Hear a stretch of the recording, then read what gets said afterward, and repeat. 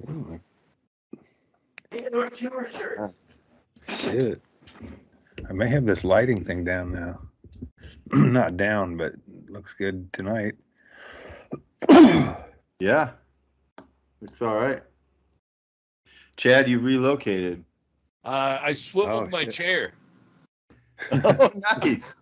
A Holy whole new shit. world out there. Yeah, it dawned on me. I think it was Chaille's new background with photos and such, and I started looking at everybody, and I was like, I just got my fucking door and my curtain behind me. If I just tilt it like 45 degrees, I could have my freeze pipe.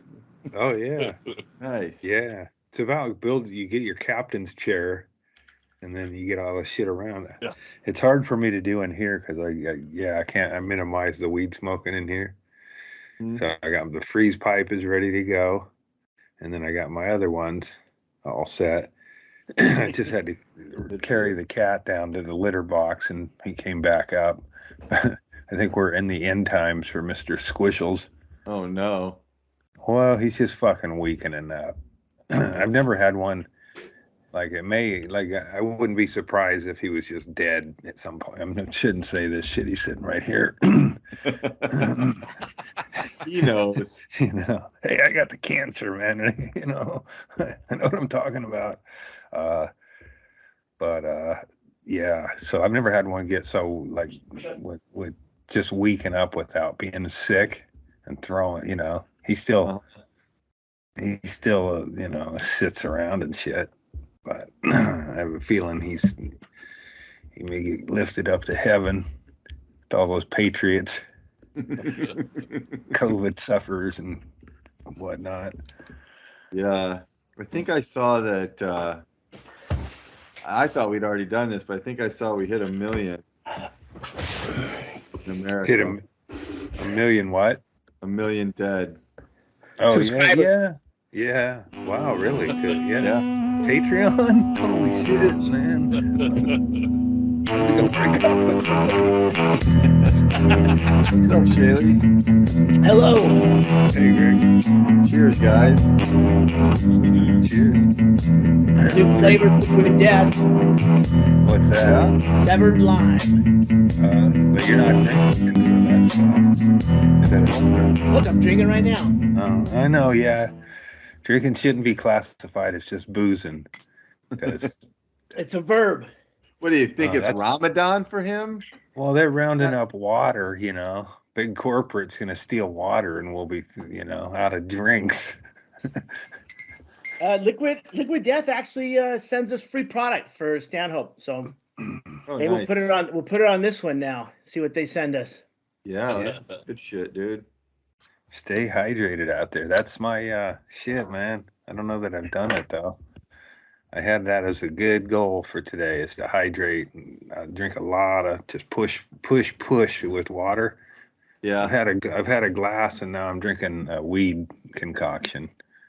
You pushed and pushed. Well, no, I mean all day, and that resulted in you having a glass of water. Well, I woke up with that as a goal.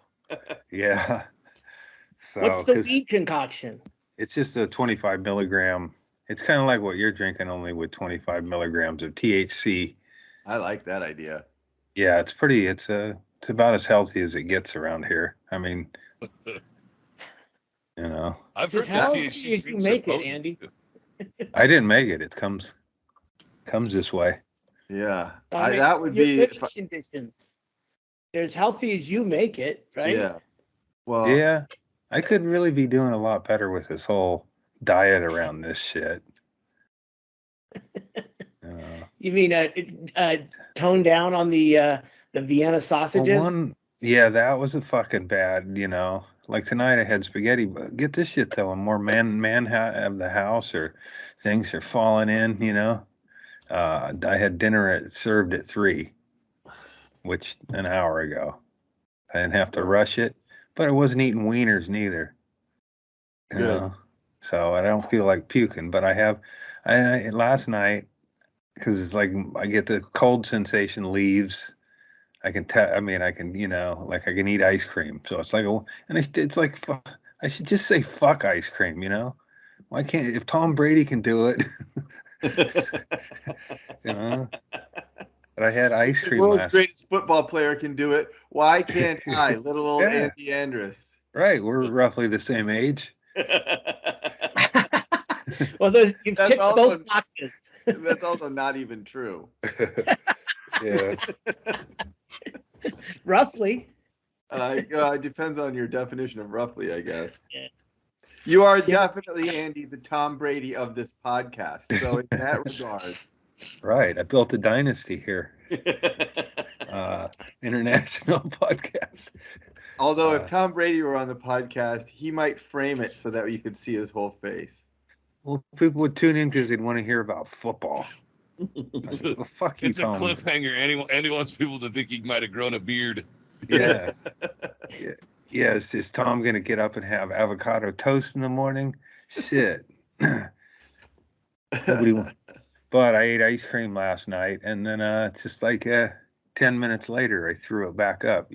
I could almost reassemble it, like if I was at Ben and Jerry's, it'd be, Yeah. you know. I mean, I don't know anything about any of this, Andy, but I just don't see, it doesn't feel like ice creams, it seems like a great idea just because of people's I know. general lactose problems already, you know, like that's. It is a just good seems one like- if it's you not, you got to didn't have throw your up. tonsils out.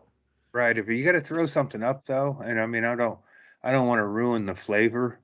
I do enjoy peanut butter and chocolate, and it was in that vein, but it's not bad throwing up ice cream. It was nice and cool. It was like it almost come out and like I didn't have 2 scoops, but I put 2 scoops out.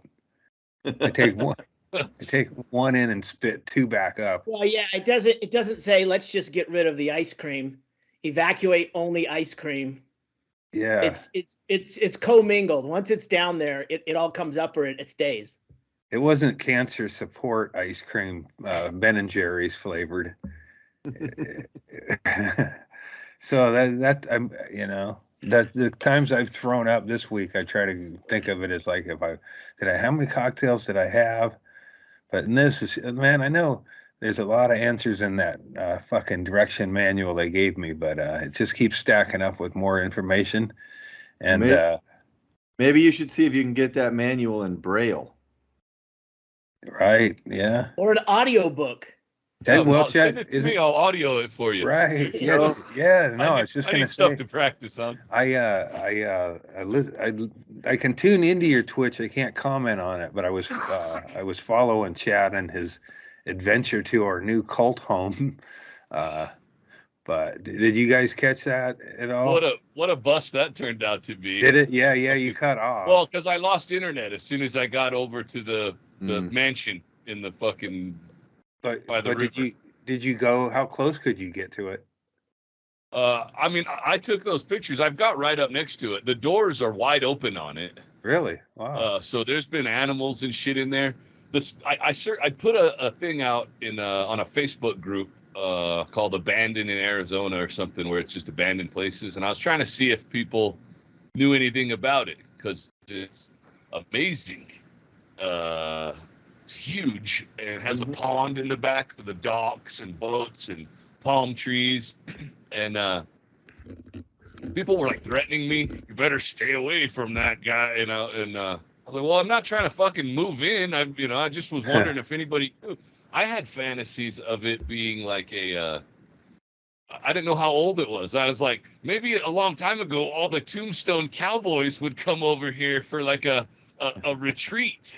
Or like rodeo days or something. Yeah, something we didn't even know was happening. And or I hoped maybe a cult lived there. But it turns out just a guy built it in like 1990. It's not even that old. He was an architect, from what I've told, that studied like at the Frank Lloyd Wright School. Uh-huh. And the inside has all these elaborate arched doorways and tile and shit. And Chaille, I was going to mention it to you because when I looked him up, I found his name on Facebook. He's mutual friends with Stanhope and Bingo and a few other people in Bisbee. He might be a good podcast guest. Wait, the guy who owns the property?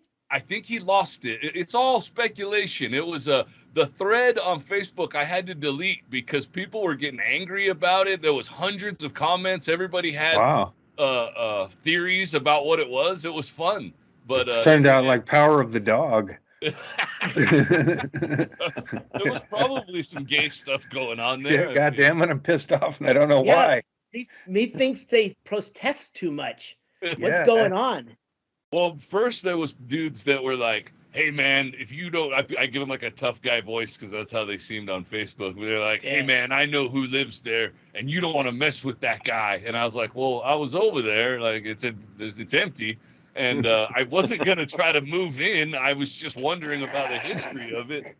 But then people are like, yeah, you don't want to, people that know won't say anything. And they were just being real vague about it. So then I thought, well, then I even typed out the comment. I go, I says, I got a bunch of private messages, which wasn't true, that told me that this was a pedophile hangout, smuggling place. So that makes sense that if you know, you don't want us to, you don't want us to find out. But I was like, no, I'll just get in fights with people. So I ended up just deleting the whole thing. We could use it like a Dateline sting and get pedophiles to come up there.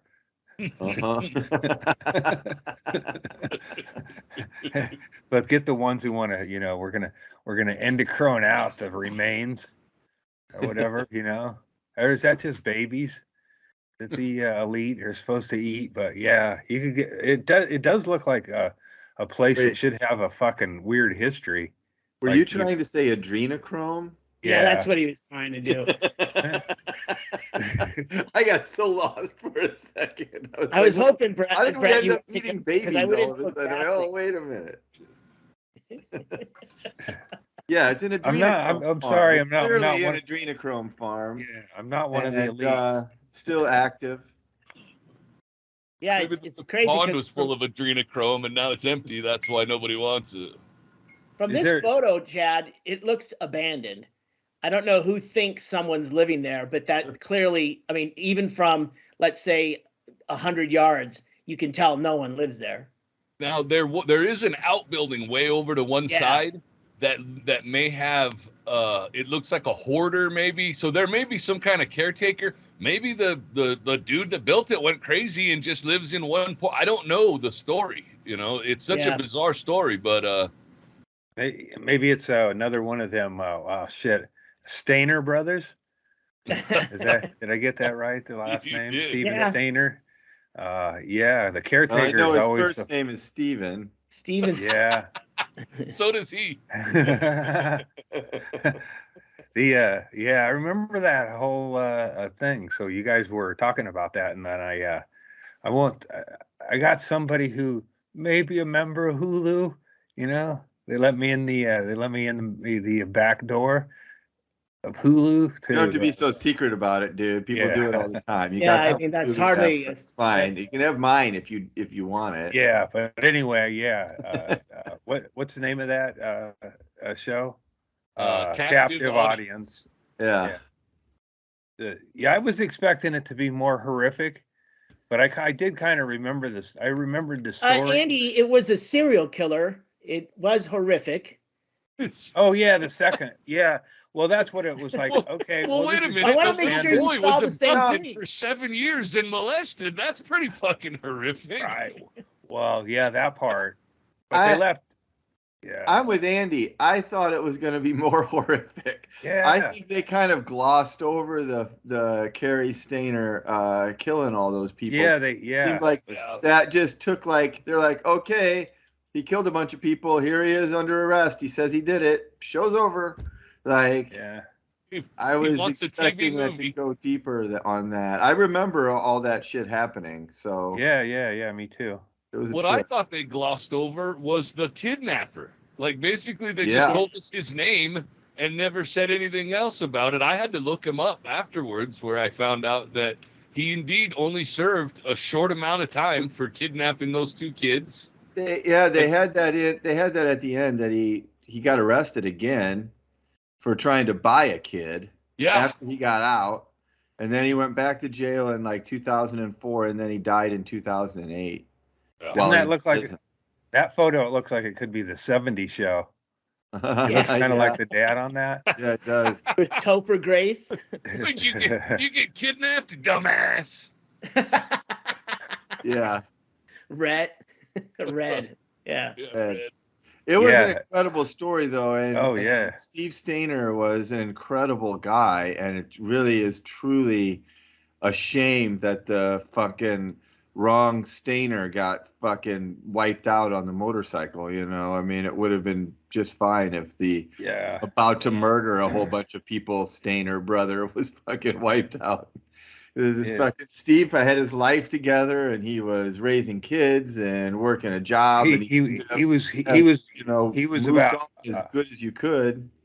No, I'd say that he was a ticking fucking time bomb for sure. Just because he didn't deal with it, he bottled it up, and he went through some horrific shit. And he's, you know, like maybe he could have put it behind him for a little bit, but eventually he's going to reach a fucking horrific breaking point and do. I don't know. I wouldn't say maybe he like his brother did, but he definitely is. You know, you compartmentalize that shit. Yeah, but I mean, he compartmentalized it to a point. I mean, it all came out. Everybody in the world knew it happened. So you're not really compartmentalizing it after that. And then he consulted on a movie about it. So, I mean, on some level, and he was dealing with it. I mean, he didn't go to therapy. He should have gone to therapy. His dad was an asshole for not, you know, helping Which the one? kids out. Well, which one? Both of them, clearly. Yeah, two of them. Different reasons. But I'm not so sure that Steven was a ticking time bomb. I think that he was doing an okay job of dealing with it. It seems like he. Oh yeah, in the early 20s. You know, but I think just the way it spun into a media thing too. And it's that was the compelling thing of part three is watching the brother and going, oh, okay, now that you knew what his deeds were, and then seeing the footage of him, you know, it's like you could see the jealousy like in those clips. Yeah. Oh yeah. The creepy behind the background shots of the one where he walked away. Yeah, brother was talking. Yeah, it was like off. It was like I think when one of the Brady bunches, Pete Brady, secretly recorded his siblings, and then they made him think he was going to have a party, and then they all snubbed his ass just to show him. I think that's accurate, but that's what it seemed. Because they found that he was taping them secretly. Yeah. And they go, you know, and then the parents heard it and came through with a surprise party for Pete anyway, because it's like that's fucking what you do. It's Tom Brady's family. They didn't talk about Tom. He was the Chuck Howard of the family, or not Chuck Howard. That would be Ron Howard. You're talking about Chuck. Cunningham. Chuck Cunningham. Because he was on one season of Happy Days, and then they didn't even talk about him leaving, and he just wasn't there anymore, and nobody ever referenced him. He went to Vietnam, dude. He served. Yeah, no, he got. He only took his basketball, so he didn't do so well over there. I like to think he got to play in that show White Shadow. It was on for a while. Oh yeah, I love that show. Yeah, I did too. Yeah, Dan Howard. Yeah, that was a big influence. I remember doing some of those chants. I didn't play ball like those guys. I don't know. Maybe I did. You know, maybe it's a lot of trickery, as we learned from the Casey that Stainer story. Is Hollywood, them TV movies ain't know what they're supposed to be. I definitely wondered if that dude drove that motorcycle into that car on purpose instead. I don't think so. I have, and this may be just being a horrible person who projects onto other people. I think the reason why he was so quiet and reserved and polite is because he actually did help that guy kidnap other kids the whole time and just didn't want other people to know that. He was forced to do it, but the same way he wouldn't even admit to being molested for a long time until they found pictures. I don't know about that, but I think he probably my thinking is he was he just aged out. Yeah, Steven got to a point where he was no longer going to have to do the duty with the old man who lost interest. They lose interest when your innocence is fucking gone and you start sprouting. He started to grow up, and then he's probably started to kind of develop a little bit of will in there. He wasn't probably a Nancy Bottom situation, he didn't seem to have any kind of affection for the dude or whatever. So there was somewhere between beating the shit out of him, raping him, and being his actual, boyfriend. But it's somewhere in there where it was an uncomfortable thing. He got groomed and manipulated. Shit. I mean, at least I got to keep my name on my. Yeah, nobody changed your name to Dennis. Mine would be. I'm pretty sure your name is Pat. No, Stephen. I'm pretty sure. I remember you as Pat. Anyway. That's what you could name your documentary when Provenza finishes it. You can say, I know his first name was Stephen. But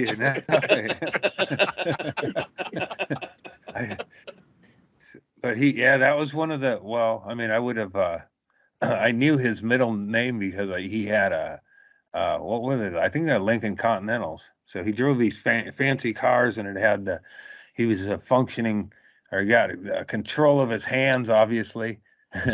He was a gimp-ish, and but he had the handbrake thing. But he had on his passenger side, his name was monogrammed or whatever. I'm saying it probably wrong. The initials? Yeah, but it was all cursed, nice. It's calligraphy. Yeah, and that's how I knew it was like, but he went by Pat back then, so it was like, yeah, it sounds cooler to go, I got molested by a Steve. Like, oh man, that must have been rough. No, his name was Pat at the time. Oh, well. Yeah, Pat just conjures up images of the Saturday Night Live character. Yeah. It's like, oh man, you probably could have done something like that. Yeah. I know one thing, if I was if I was just if I was into that and I was just picking a gentleman, he wasn't he wasn't in my wheelhouse. It's fucking, I remember the monotony of those weekends almost as much as anything. It's like, Jesus Christ, man. Yeah. And nothing in common, going to Sizzler was I gave him something to talk about. And then he'd tell me shit about how he was semi-stalking one of Charlie's Angels or something. And I didn't have a notebook. Yeah. That dude keep talking. You don't really think about all the awkward extra time involved in. Oh yeah. Like he's got to do the whole thing where, he's telling your parents that you're going to come down and do this whole weekend thing, but really he's only got one plan. And once that's done, it's like, well, now what do we do? Yeah, and first take a nap. Yeah, get that out of the way. Yeah. Cigarette? Yeah, that's what that Stevie or that kid, he was into them cigarettes, and that was probably part of the whole, it's like your parents, I don't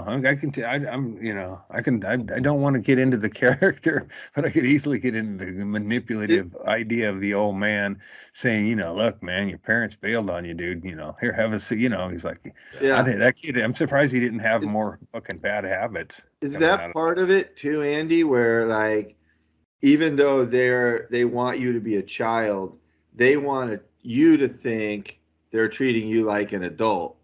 So it kind of takes some of the weirdness away, and also maybe makes the kid feel like cool. We're in on it. Oh yeah, he lets me drink and smoke. I'm like a fucking grown up over there. Yeah. And it just eases the whole process, Yeah, I did. I mean, I got to drink whiskey. Jesus Christ. We partied. I mean, back then, this would much rather have like unlimited soda than like a taste of whiskey that made you gag every time.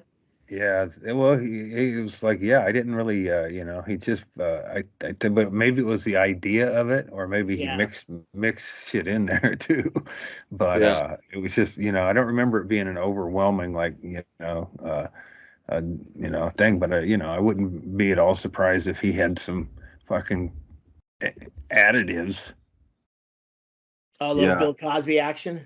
Yeah, like when I come out of the gate pretty, like, you know, I wouldn't say problem alcoholic, but everybody around me would have, you know, just fucking out of the, you know, anything, you know, I knew that I wanted to take pills and different shit without really having a peer group, you know, going, here, try this shit. I was like, you know, you know, people would dump shots in my beer bong and it wouldn't bother me any. Like, yeah, just dump them in there. You know, you want a shot? Yeah, I do too. Like, I was just Mixed like, with a beer. yeah. Have you ever? Come on. Yeah, man, it's like a Boilermaker. Yeah, it's a. And all, you know, and I didn't, like I said, you know, my friends were, like, I was the one. I was, you know, I'm not, you know, my friends are like watching me and getting their nerve up and shit. And I was like, you know, I didn't, I just took to it. So I must have, you know, maybe there was some cravings that I had from the drinks. I don't know. Well, I mean, obviously, it just allows, you know, the being drunk allows you to just be numb to it all. You know, so why not just be drunk all the time, even if you're 14? Well, and going back to the boredom too, it was like, you know, can imagine how fucking tedious that kid's life was between having to yank that dude off and, you know, up in cabins, isolated away from everybody, no, you know, TV or whatever. And it's just everything that guy says is what goes.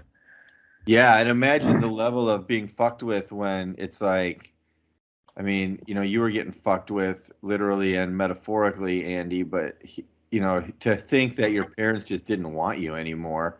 After a while, you probably believe it. You know, it's like, well, no one came for me, so I guess he's right. Yep. You know, I don't really have a choice. I got to stay with this guy. He's at least taking care of me. I mean, he was fucking 7. Yeah. You know, like, yeah, and that's exactly the age up. that about the age he tried to buy a kid. At the end of it, as they, you know, roll credits or whatever, said he's doing, or before they roll credits, that he got arrested again for trying to purchase a child. Yeah. Like he finally learned his lesson. At like 71, it was his hospice nurse that he tried to get to buy him a fucking child, a 4-year-old. And she cooperated with the police, and they basically did a sting operation and locked him back up. And then he was in hospice care. He was in I don't know if it was quite hospice, but yeah, he was pretty much terminal. Jesus. See, you see all these datelines where like somebody gets fucked with, they're drinking antifreeze, or people are crushing glass up and putting it in their shit. Like that's what this nurse should have been doing to this guy. Just he should have had a painful, slow, and agonizing death, and he should have wondered what was happening the whole time. He should have not known why he was in such agony, but it should have never ended. So now that we have our mission statement for that building that Chad's investigating, you know, let's start rounding up clients and rolling them in. Hey, you made it. Yeah. This is Nurse Ratchet. Ratchet it up, your asshole. We could catch. Well, I wonder what was her deal in that he felt comfortable enough to ask her to work on purchasing a kid. Because, I mean, he must trusted her on some level. So yeah, the same thing that causes 13-year-olds to ask strangers to buy them beer. I guess I don't have. Just gonna Hail Mary it, man. I don't have any other. Maybe he had enough dough. Yeah. Where's he gonna get the dough? I don't know. You miss 100% of the shots you don't take, boys. Yeah. Yeah. I think the article that I read really lowballed the value of a 4-year-old. Like he was pretty, you know, maybe his mind. Yeah. When I was $400 or something. Yeah, when I was on the market, there's like that whole crime didn't get punished that much. It's like, are you know, I mean, and I don't know, you know, what happened to that kid, but I can imagine on some level it was not cool, and that guy, you know, definitely didn't get enough punishment. You know, it's like now he get, I mean, it's now it's like a term. You're like, when you used to call somebody faggot, now you call them pedophile or what, like, oh, you're a pedophile, but a pedophile is like, it's like that lady. Did you see that speech for the Michigan Democrat woman who was accused, or a Republican woman used her as an example of somebody who's a pedophile in like a fundraising letter, and this lady is not a pedophile, and she responded to it the only way. I think they have to. It's to say I did see that. It was it was a really good speech. Yeah, and it's like that's the new thing. It's like nobody really is going around trying to find pedophiles. And it's like, no, you're the fucking pedophile, man, and I'm going to accuse you of being a pedophile. Right. Like it's going to be so people won't even be like anywhere within 100 meters of kids. I was like, God damn it, get away, that filthy little thing away from me. Accusations are flying at church. Yeah. Well, I mean, you think, we do know now that there are so many more shitty, weird, creepy situations out there that we just took for granted, I mean, it is a true thing. Disney is not grooming your children. The youth pastor is. Yeah. That's who it is. That's who you need to watch out for. Anybody who's working with kids a lot and they don't have a skin in the game, they don't have kids of their own, or they're like, if you've got a guy who's helping coach the 5th grade girls volleyball team, but he doesn't have a daughter on the team, keep an eye on that fucking guy. Yeah. There's something going on there. And that shit used to happen all the time. No one ever thought about it. Like, oh, he just wants to help out. No, he's a fucking weirdo. Get him away. And just in general, keep all men who don't have children away from the children. They don't have any business, and it's just, get them out of there. They don't have any business being there. Mm-hmm. And if you're a dude who wants to be a 5th grade teacher, okay, well, you're going to have to answer questions each year. Yeah. Each year about it, it's like, it's just kind of, it's not that it's you, it's just a few bad apples. But we're going to have to, do each, you got to sign the thing at the end of the year that you didn't have sex or pressure kids to have sex with you. And then have to answer for it. There's so many things you can do now too. Like, I definitely think there should be cameras in all the classrooms. There shouldn't be any time that a teacher is alone with a kid that isn't fucking. Yeah.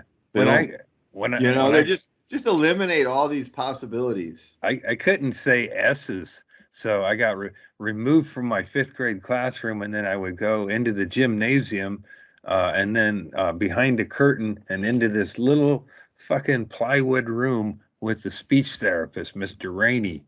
And fortunately, because I couldn't say my S's, I'd go up and do tongue twisters with Mr. Rainey, and I fucking nailed it. And he didn't fuck with me, and he didn't try to have sex with me, because if he did try to have sex with me, I would have had no way to enunciate it. He had he had necks with who I don't understand. He just kept yelling "top, Your Honor." He snuck my knock. He had X with me.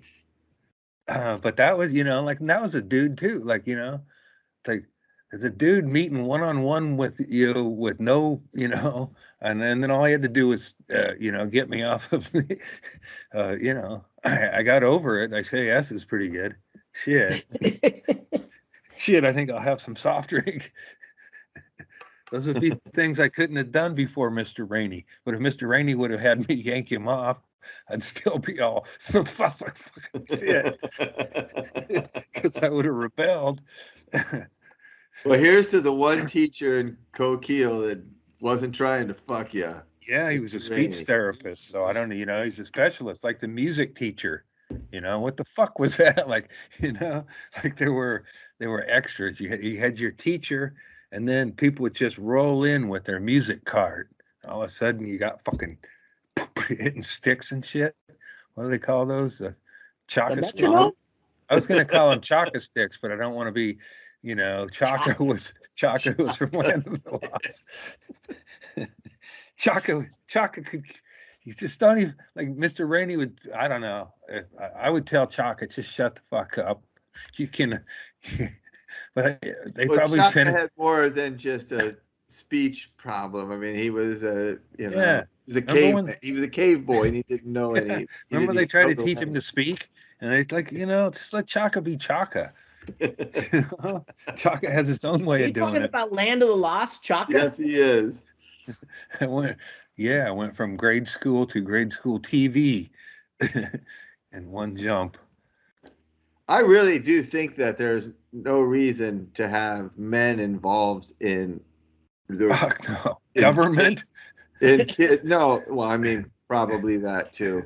But like in schools and little kids, it's just women don't do that shit. They just don't. Well, I mean, I'm sure there are a fucking handful that are weird, creepy, weirdo women, but your molesters are men. Yeah. So just, if you're a kid, if you have kids growing up, just don't have them around weird men. And like your second grade teacher should not be a man. Your kid's second grade teacher should be a woman. That's where you should put all the hot ones. Like, unlike what that South Park, I was just thinking of that, where had an affair with the teacher. But generally, women teachers that fuck dudes, it's where they're hot and they're in high school. That's a whole nother end of it, and that's a real thing. And everybody makes the joke of, oh, I wish that would have fucking happened to me, and okay, whatever. But that's not even close to as terrible as a fucking dude molesting a fucking 7-year-old. I mean, it's not even in the same ballpark to me, and it's always a dude. So they just stop. Erickson, as soon as you said that, I went through from kindergarten forward. I was like, who was my first dude teacher? 4th grade, Mr. Hicks was Coach Hicks. I'm not sure if he had kids, but he was definitely known for wearing those short bike shorts with the pocket, and he would fondle his balls in the shorts all the time. Everybody knew that he did that. That was just a thing, and that's the very first dude. I'd never even thought about it until just now when you said that. Yeah. 4th grade. To my 5th grade principal, Mr. Ramsey, was a well-respected guy and one of the better players on the tennis club ladder, I think, or whatever. But he liked us. He'd swat us, and I got spanked a couple times. And then one time I got let out of a spanking because I got hit once, and then I hopped around so much, and it's like, what a sadist, man. Yeah, that's fucked up. Send the secretary out, you can close the door and paddle 4 boys, one after another. So, you're fucking, you got to watch your friend get it, and then you got to get it. And that was because we were fighting. We went right back to fighting after that. And a principal probably came. So I guess, nobody really learned anything. But so principals and teachers would spank us, and then that one principal in my grade school that would check kids, Brett's right. I think there were so many pedophiles that were into, like being a pedophile must just be like, it's like being a comic or whatever. It's like, man, we got to do a podcast or whatever. It's like you got to swim to the next thing, and it's like pedophiles. It's like they used to be able to go around with fucking mirrors on their shoes. It's like there's they're all over the internet, I'm sure, but I don't think there's as many pizza parlor pedophile rings as people think. But I think the ones who get fucking shipped around are like those Stevens, international Stevens, where like Christian organizations helping out. Hey, we'll take some of them Ukrainian kids, and then they adopt them in. Either molest them by raising them Christian, or they molest them by raising them Christian. Christian deluxe. Yeah, well, they got the cover. They are doing the Lord's work, so they're vetted. They're vetted by Jesus. So it's all good. Give them your children. It's fucking madness. That was my friend that worked in corrections, and he had clients that were pedophiles, and the biggest thing they wanted to do was get back to church. It's like, every week they would be like, how do you think we can clear this? Really missing the Lord, my relationship with the Lord, and all them scrumptious youngsters running between pews. Yeah. Right. God damn. I think the people should order 2 of these, Chad. When you get one, I think you should get the second cylinder. Because like April, our friend April got one, and she gets too high, and she dropped hers from a height, and they're not designed for that. It's like Well, they're glass, Andy. But I'm treating it like it's partly because it fucks my hands up most of the time, so I handle it like it's nuclear. I think maybe they should make it. They should have one that comes with like a string that you can put around your neck, so that like when it slips out of your hand, it just drops down like librarian's glasses. So I take mine apart like I told you before each time, but now I've advanced to setting this in a mug as I set it down so that it doesn't good thinking fall over. Like we said, a holder of some sort. All these precautions. Whenever I ordered mine, I don't know if I told you, when I ordered my replacement one, they when I checked out, they were like, "Do you want a extra one for fucking like half off?" Yeah. So I think they offer that, Andy, where you can get logo a cheaper one, a cheaper extra. Yeah, mine's good. I got while I'm in this room, I don't have a problem. I got a little space in the little fridge to put this part, and man, it does make a difference. It's like old school bong rip, where he's just like, remember, like, I'd always smoke it just through whatever, and then I'd go to a friend's house who had a full on bong, and sit down there and like, shit, man. Fuck. Yeah. I really got to take that hit in. Yeah, I remember when we were kids, or cans most of the time. Yeah. Smoked out of. When I was in college, I got a 3-foot tall graphics bong. Ooh. It was like the greatest thing. It was like back when head shops were a thing, and you went to a head shop and you were like, I can't believe I'm in this place. I can't believe this place exists. This is the coolest fucking place I've ever been in my life. And I got this 3-foot tall bong, and then I got, for a bowl, it had a slider bowl on it. It had 6. It was like a metal piece that was shaped so that the top piece slid across the bottom piece, and it had 6 bowls on it, and you could have 6 bowls, and just like fucking, everybody got a bowl, then they'd slide it over and hand it to the next guy. It was the greatest fucking thing ever. I think I want to time travel and just like go knock on Brett's door in college. Hey man, let's party. I just got, I'll send this picture. We'll put it up. My buddy Tim Barth that I went to college with sent me this picture. It was actually pretty funny. Let's see if you can. There's a lot of reflection. That's the original picture outside of our fraternity house. Oh, yeah. Here's the close up. Look at that, huh? Yeah. Nice. Parted in the middle, feathered hair. Fucking look at that hair. So how was the concert? You look Man, like that guy was getting pussy. Oh, dude. You look like what's his name rocks, from Yeah. I'd wear that wig.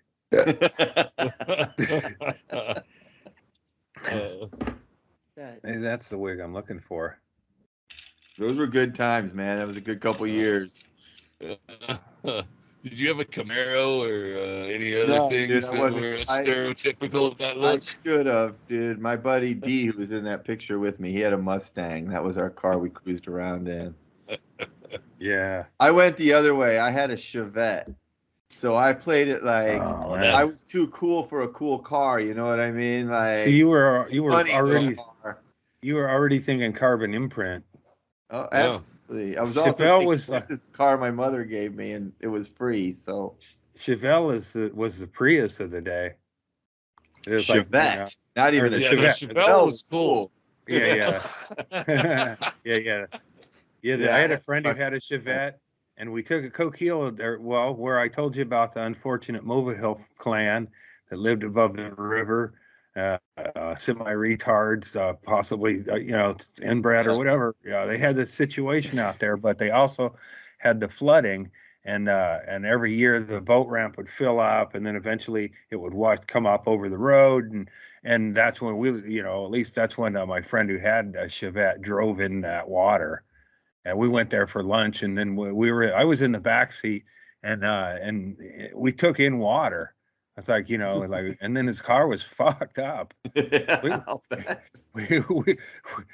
it to the other side, and it's just like there's water coming out, and then I wouldn't start. I must have got up into the engine or whatever, but it's like that. It was like that kind of fucked up lunch, man. Now we're on the other side of the river, so we had to get fucking taken, picked up and taken all the way up and around, and then his car was fucked. I think he got it again, but it always had problems. And then we were on our way to a Rush concert, and he just, I guess what he did, it was one of the cars that was going to go, and he just filled it with oil, even though it had probably oil. And then that was overfilled it with oil. Yeah, that was the end of the Chevette. Yeah, but it was light blue, just in a I know a Brett, like Brett was like, you think, wow, that fucking dude, like he was Matthew McConaughey till he walked through the car, then he was fucking somebody else. Like, dude, you should have had a better car for your fucking look. Brett, that picture reminds me of Lethal Weapon. You look like Riggs in Lethal Weapon. That picture. It's the only one I could find with glasses. Did Riggs get in a Chevette? I think he did. He looked like an extra at Fast Times at Ridgemont High. Yeah, dude, that was my life. That was my role model. Jeff Spicoli was the role model of my beat for the 80s. Good. I'm glad you said Spicoli and not Penn, because I don't know, Penn. Oh no, it wasn't. Penn seems like Sean an asshole, but it was just Jeff Spicoli. That was the coolest. Yeah. Tasty Waves. You had the Vans. Yeah, before there was Matthew McConaughey, there was that philosophy. All I need is a tasty wave and a cool buzz, and I'm fine. I kind of patterned my schooling after him. Yeah. I'll show up. There's not a party for me here. I don't think I don't, the quality of weed we got wasn't that great, but I think I would get some good outdoor or whatever now and then. But I just don't remember not getting high my senior year I had a reduced schedule or whatever. Mm-hmm. I just smoke weed all the time. I didn't, whatever, man, I'll write your paper out. Just, I lost the capacity to listen somewhere, before high school. It happened in church, and I know what happened. I got good at it at church, where I could sit there and not hear a fucking word of it. You really honed your skill at Bible camp or whatever. That's how I got good at memorizing, because I was thinking. But God, now I wish I would have listened, because it would have been really comical to hear some, like the Church of God was like. It had to be like like kind of last stop for a preacher. If you can't make it in Coquille, I don't know. It just seemed like, but they grifted, they're like grifters. So they were either creeps or they floated around like morning radio show DJs. They would hit a town and they would do their shtick for a little while, and then it would be popular for a little bit, and then after a while I was like, this guy sucks. And then they would he'd get fired, and he'd go to the next town, and then he'd bring in a new fucking morning zoo, and that would be all the rage for a little bit. There must be a preacher who's murdered a few wives, but that's a good MO. But they're always you get a new congregation, and then and then you're the new dude, and then he lost his wife or whatever, and then all of a sudden you're counseling women who he finds you to be a handsome, tragic figure that they're listening to every word of on Sunday, and they fucking bag up with them, and then there's a schism, and that dude takes off. Yeah, we had a few of those, but we had a one who stole auto parts. You know, well, my dad called Chaille Scalfa swindler, but I never really understood. Maybe he just maybe it went with his last name. I have nothing to. But then we had the old man who choked me, and then like we had no system. We were like an NFL team that keeps firing their coach. You know, they couldn't put systems in because there'd be a new preacher and he'd have a new way.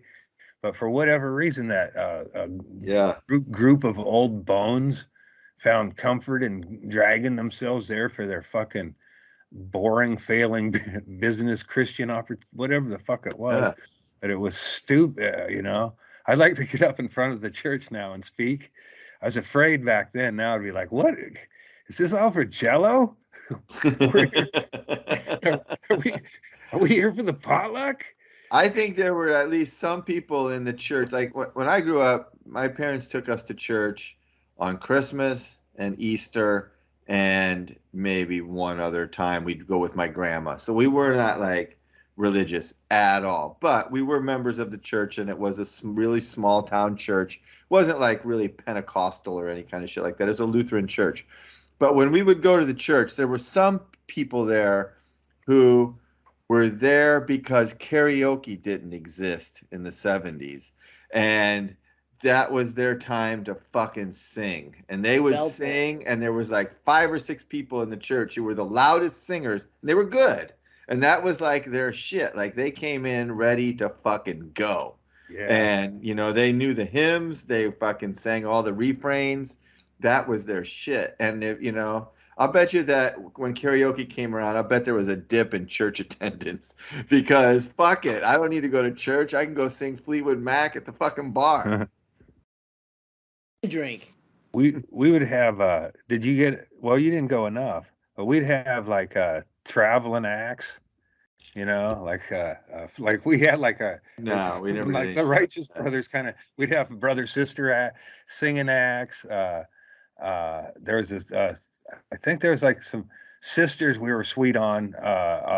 Actually, there were some sisters that I gave my life to Christ. I think at a Bible camp, and then I gave my life to Christ again at this other, I think a church function. And then we had these sisters, but there was a choir that came in, and there was some. They just thought I was adorable. Some ladies, they're probably you know, it's just like 20-something year olds, but they seem like women to me. And they took a shine to me, and then I accepted Christ that time too. So I'm like a triple protected. I still need a booster. I could still use a booster of Christ, but I accepted Christ or born again or whatever it was, and each time I remember going, this doesn't feel any different.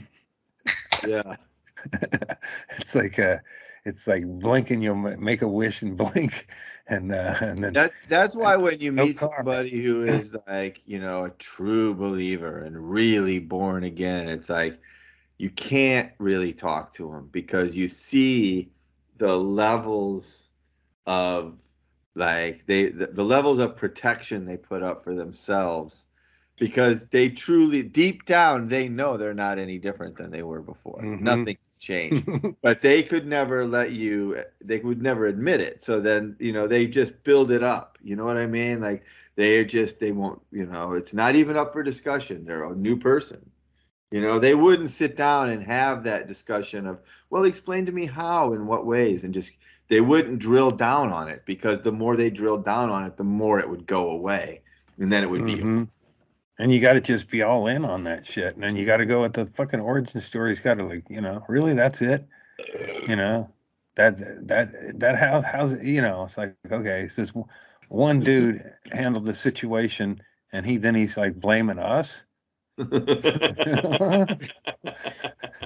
Like, you know, I got to do it, and it wasn't for everybody. It's because of me. And Jesus got himself in a predicament, and he did not. We talked about this last time. I think he didn't pick friends wisely because he had 12 who just let it happen. Not even one, like the one they'd be the one who turned him in, and then the one who stabbed about 3 people outside of it trying to get in or whatever. That guy did, the rest of them are just like, fuck it, I guess Jesus has got this or whatever. It's like, Yeah. the whole thing. Wrestles weren't tough. But yeah, and I mean, but I wonder if you just exit interview folks from that, because it's like it's like you get caught up in it. Supper. Yeah, it's like, hey man, we're all, it's like a peer pressure. An altar call is just peer pressure. Exactly, it's exactly what it is. And they go, and then you go, they encourage you to come up, and then you get up there, and then you'll get sometimes you'll get a touchy feely up there. They're like, oh, another scrumptious youngster. You get really intensive. I got a back. Oh man, that's a cool. Yeah. See, one of them on a chick. No minorities. What is that? A racist photo of the Last Supper? That's pretty cool though. The selfie sticker. But I just I can't. I think it's the Last Supper, while also being the picture Ellen DeGeneres took at the Oscars. That's the last time the Oscars was hilarious. I hope. I was reading something today about that and saying how kind of Chris Rock, obviously we all know that, he reacted in a way that just sort of saved it from being a complete thing or whatever. But man, I still feel like next year is just going to be like, why, why are we doing this? Clooney will be mid speech and just goes, you know what? Let's just not do this anymore. This is dumb. Anybody else feel that way? And they'll go like, just go party, man. Who cares who won? Who remember? It's like, if you notify the winners and they put out a speech on Facebook, it would be just as meaningful a month later. Mm-hmm. It's just first of all, who cares? Winners. Who cares? The awards are dumb. They're just it's a popularity contest. Who cares? It's not a thing, How do you even nominate? Are you going to nominate Nicolas Cage? I know this is off subject, but Nicolas Cage playing himself in a movie, playing himself. They're hyping that movie in such a way that I think it's going to be awful. But I don't know. It's just Nicolas Cage. There's a Nicolas Cage movie that just came out about his talent. Something about how talented he is in the title. There's Massive talent. That's it. Yeah. I think it's going to be horribly good, like the last one that I watched, where he got hired to be like a janitor in the Chuck E. Cheese and fought robots all night. Yeah, love that guy, dude. He had to make a bunch of money. He owed a bunch of money, and and he just started making movies, fucking straight to video, like knocking them out. Good for him. Wasn't he? Was he in one of the? Acting is stupid, so who cares? Like you should be doing straight to video releases and knocking them out like the old days of the Hollywood, scene where they were making, 10 movies a month. Yeah. Just fucking do it. Who cares? It's dumb. You're playing pretend like a child. Yeah. Who gives a fuck? The Stooges, it's like the Stooges. They churn them out, man. They probably did like six or 8 up and just like step into another room, rip wire out of a wall, do some face slaps, we'll work around it. Move a ladder or a 12-foot 2x8 something. Yeah. Stooges was my that was my I guess it was a bonding thing, but just watching my dad watch the Three Stooges, but I didn't really get. I don't. I get that it's humorous. Yeah, I never liked it. It just never made me laugh. And my dad, it made him laugh a lot. And that, it's like, Dad, I never would call him on it, but it's like, it's fucking stupid and wrestling's fake. And hey, that dude you think is a friend has been trying to jack me off on camera. Hey, wake up call, bro. Wrestling is fake, and I got a third thing that's gonna blow your mind, bro. Your legs ain't the There are only definitely some thing asleep. signs. Oh man, just drop bombs. And then your dad would have been like, wrestling's fake? Wait, Stooges not funny? Yeah. You'd have I to think- throw in like an allowance or something in there. I want some fucking money. Yeah. Like, you'd have, Reparations, man. You won Yeah. you won every one of those right away, so you need to throw something else. Yeah. Sign over that veterans check, would you? That's how my dad would say, hey, would you? It was like, just do it. They would say, would you? And Oh, that was like his speech crutch. well, he'd sometimes end, I guess that's maybe a poor choice of words for your father. I don't know how my dad was before he was in a wheelchair as much. I mean, I kind of remember just vaguely as like fourth. I think I was in third or fourth grade when he had his health problems and ended up in a wheelchair. But it seemed like he was pissed off a lot, as you would be, and he was really impatient about stuff that you go, like, hey man, just I would say, chill out, instead of being. Well, like somebody comes into a restaurant and crinkles a paper bag or something like that. You mean? Yeah. Well, yeah. Like if he's probably you at your he's sitting there, brother. He's sitting there like Yoda in one of the Star Wars. Is like I just picture my dad in a ghost and he's in a wheelchair because it's like the afterlife is funny. Yeah, you should have kept them legs on, As soon as you heard you got to lose a limb, you got to spend eternity with your limbs off, man. Try walking on gold with no limbs, and they don't. I guess they got pretty cool prosthetics. I don't know. Heaven's just we talk about it. It's such a stupid concept. It would be like I picture it more like India, that it's just so fucking crowded and there's so little space for people. There's bad music playing all the time. Heaven's like India. Not from the Anthony Bourdain India, neither. The fucking Ganges River India. Yeah. I don't know what any of that means. It's I'm between doses again. I can't blame anything. Ganges River is one of the most disgusting places on earth, and people drink that water. Yeah, and they dispose of dead people in it as well. Yeah. It's a range of uses. They use it for everything. Between those two. Yeah, if it's not going to ruin the quality of the water. Well, at this point, it can't. So I guess you're right. I mean, it says. Yeah, I think they stopped checking the quality of that water years ago. Yeah. There's no point. That's bad governing. Hey, man. Come on, man. It's your largest democracy on earth, too. Just saying, maybe the people don't know what they're doing. Well, yeah, don't swim in the river. Let's see right there. Democracy would have a sign that says, don't swim in the river. Is it truly a democracy? No, the sign would say, don't swim if you've had active diarrhea in the last 2 weeks. It's okay. He just ate his own vomit 20 minutes ago. Yeah. That's fucking disgusting. I don't even want to think about that water at all. Yeah. It's like, it's like the ocean's got so much plastic in it and shit. It's like people like I got it'll be the heyday of like, remember when people still announced they had cancer and people cared? I was like, yeah, I got cancer. I mean, I ate food for 30 years. Of course I got cancer.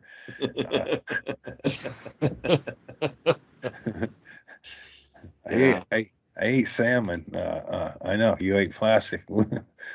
Salmon that ate plastic, and there's a little bit of plastic in there. And then at the end of it, if you could shit it out, all the plastic that's in your body out, you could make a bracelet. This is made from recycled plastic.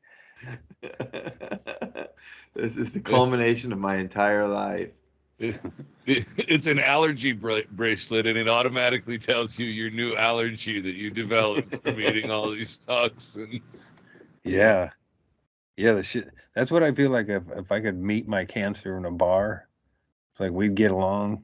We'd talk about how chemotherapy sucks, right? It's like, you feel the same way, right? It's like killing you. Yeah. It's just prolonging the inevitable, right? Yeah, you shouldn't have fed you so much plastic. or I didn't feed it enough, or when I worked in asbestos removal, I took the mask off too early before I don't think I don't know. I must have smoked weed a lot in community college. I just don't remember my source. Probably the black guys. Yeah. Well, if you're giving them 50 rebounds a game, I'm sure they're supplying you. Right. Yeah. Smoking you out at least afterwards. None of them even made it to Oregon State, but they probably got a definite tryout. Let's see, man. You got 17 rebounds. These numbers just aren't matching up. I don't know. 26 points. That's the thing I would not do. Well, I mean, I probably did do a couple of times, but I would try not to give them points. Yeah. It's like, because I got to take points directly away from a teammate, and that goes against everything. Oh, yeah, because you were worried about the math adding up at that point. So it's like, wait a minute. To give Clarence 3 points. We scored 45 points in the game, and everybody on the team had 30 points. Yeah, I can't take Zach's 8 away to give those to Spoons.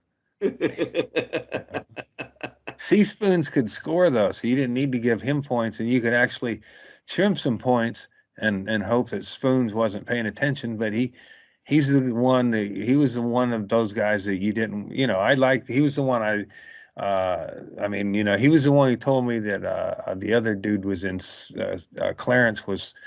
We got caught up in some stuff. I think we mentioned this before. Yeah. And he was the one who said that, it was like Stephen Buscemi fucking show, Empire, Boardwalk Empire. It was like that, man. I couldn't, I had to go to Spoons, and then he says Clarence is in there singing like a bitch. Which meant I needed to go rally the white troops and tell them that we gotta get rid of some shit. Oh man. But I stonewalled them. I was a liar. You ain't no rat. Yeah, I was no rat. I mean, if I were to say I had stuff, then that's to say all my friends did too. And I couldn't say that, so I just said I didn't do it. Don't remember. Never admit anything. Never admit it. Never confess. Never don't remember. Friends in. Never believe the police. Never believe anyone who's interrogating you. They're lying to you. Stick to your story. Stick to your story. Stick to your fucking story. Wow, somebody's been watching Saul Goodman. I can remember whenever I had to tell my son when he was a teenager, I had to go to the emergency room for something, and during all the questioning, they're like, "Do you do any drugs or whatever?" And I knew that he smoked weed, and so he's looking at me, and he's, yeah, I smoke marijuana sometimes, and so later on. They're like, okay, and they're looking at me, and I'm like, oh, shit, I have to look like I'm all disappointed in him. Meanwhile, I have him selling 20 sacks for me at school. But that's why I had to explain to him. I'm like, dude, unless somebody has video of you doing something, you don't ever admit that you did it when they ask you. No. Did you have video of it? No. And if they do have video, it must be a guy that looks like me. Yeah. As long as you can. You hold that shit. Yeah. Must be a guy that looks like me. That's all you need to. That guy around town, he's a dick. He looks just like me. He's doing all kinds of fucked up shit. Get after him. You should do like semi-legal advice, Chad. Like don't like a spiel. It's like don't talk to shut your fucking mouth. Yes. Oh. That's all you need. You get a lawyer on there, and they tell you the same shit, and then they come in and meet with you. You'd just be like, I don't need to come and meet with you. I talked to Chad already. You're gonna fucking get me on a fucking deal. I paid Chad $25 for the Instead of phone I call. want a lawyer, it's I want my Chad. I want my Chad. Yeah. I like the Chad now. Yeah. Chad will eliminate evidence. Your story. Yep. Before you talk to anybody, talk to Chad. Yeah. And it's just a recorded thing, so Chad can be doing what he wants to do. It was always a thing, though. Me and my friends, we got into like dumb small town trouble, you know, like we get caught with beer or we would get whatever what the fucking stupid thing was. But we always knew that we would all stick to the story. And if they separated us and then they said, oh, you know, John said that, you know, that it was all your beer, that you got all the beer, blah, blah, blah. I'm like, no, he didn't. Like, I knew that was a lie. I knew it was a lie. He wouldn't have fucking caved that fast. Yeah, and it's good. As long as you and all your friends know that none of you will fucking budge, then you can all just stay on your story and don't believe it because they're fucking lying to you. You mean not one of your friends fucking flipped? No. Not one? No. No. That's He was, great. well, it happened once in Liverpool, and they all happened to be musicians. They were the Beatles, and they all hung together and all had an equal voice in the band, and nobody would, you know, fuck the other guy over till they got on the real good dope. I mean, I think they were all remained pretty cool with each other throughout. But what's pretty until rare, Yoko showed up. I don't know. I just He was watched. kind of a monkey wrench in the. She was a lot cooler than Yoko's fault. Yeah, no, I think Yoko well, it was John's fault. John was just done with them. Yeah. They were all done. George Harrison was done too. After they did San Francisco, the gig at Candlestick Park, I think they, like, I mean, they were doing big gigs when they were like, by the time they were 19, right? They were in New York. Yeah. Something like that. So they just, like, they had every possible beyond expectation dream come true, big ass thing that, you know, after another. And then I think they just got to a point where they were done with it. And but they still did like three, four albums after that. Great albums. Because they were getting too weird for performing. You know, they would have turned into like the Talking Heads, where they had, you know, and have to add different people to the band and shit. You guys ever see that mockumentary where they say that Paul McCartney died in a car crash years ago and was replaced with a fake Paul McCartney? They present all kinds of fake evidence. It was pretty funny. Yeah, they show like a picture of early Paul McCartney and now Paul McCartney. It's like, oh, he doesn't even look the same. Yeah, he's 45 years older. It was over the top ridiculous, but it was funny. Yeah, I'd like to see all three of them talk, like bearded Paul from their last concert on the rooftop, young Paul, and then I've been watching interviews that he just recently did with Rick Rubens that are on the Hulu, but it's like all, you know, they all have distinctive looks. And Grandpa Paul have some talking to the youngin, and Liverpool. Watch that. But yeah, the interviews are great. I'm on. I love the Beatles. I know it's like not a popular thing anymore to be into the Beatles, but I think they were fucking the best. Yeah, I mean that was the best. That run of songs on Abbey Road is just an incredible thing. From, I think it starts with Something, written by George Harrison, and then it runs through like 10 songs that all just run together. And it's just fucking incredible. It changed everything. They would have still listen to that and be as magical to me still today. What, fucking almost 60 years later? That's crazy. It holds up. And then they kept getting, you know, they were influenced by people doing stuff. Like he said, he was influenced by Dennis Wilson of the Beach Boys, and they did Pet Sounds, and then they did Sgt. Pepper's Lonely Heart. But, you know, like really interesting stuff that, you know, like they could have gotten away with I Want to Hold Your Hand times, Right. you know, as many times as they want to do that thing, and their audience would have loved it. But it's like, you know, they did their own thing, in spite of being, you know, like fucking, how do we get the screaming bitches back? Right. Yeah, they went to, speaking of they did India, they went to India hallucinogenics and fucking smoked weed with the fucking Maharishi and fucking got some enlightenment and shit, you know? That's crazy. Yeah, drop the adequate amount of acid here and there. And George Harrison was the best Beatle, by the way. It's an unpopular opinion. that's what you always throw out there. Yeah, It's true. I mean, everyone has their favorite. He's the best one. This is the other guys are all pretty good, but George Harrison was the best. This is going to sound unpopular and racist, but my favorite Beatle, Eric Clapton. What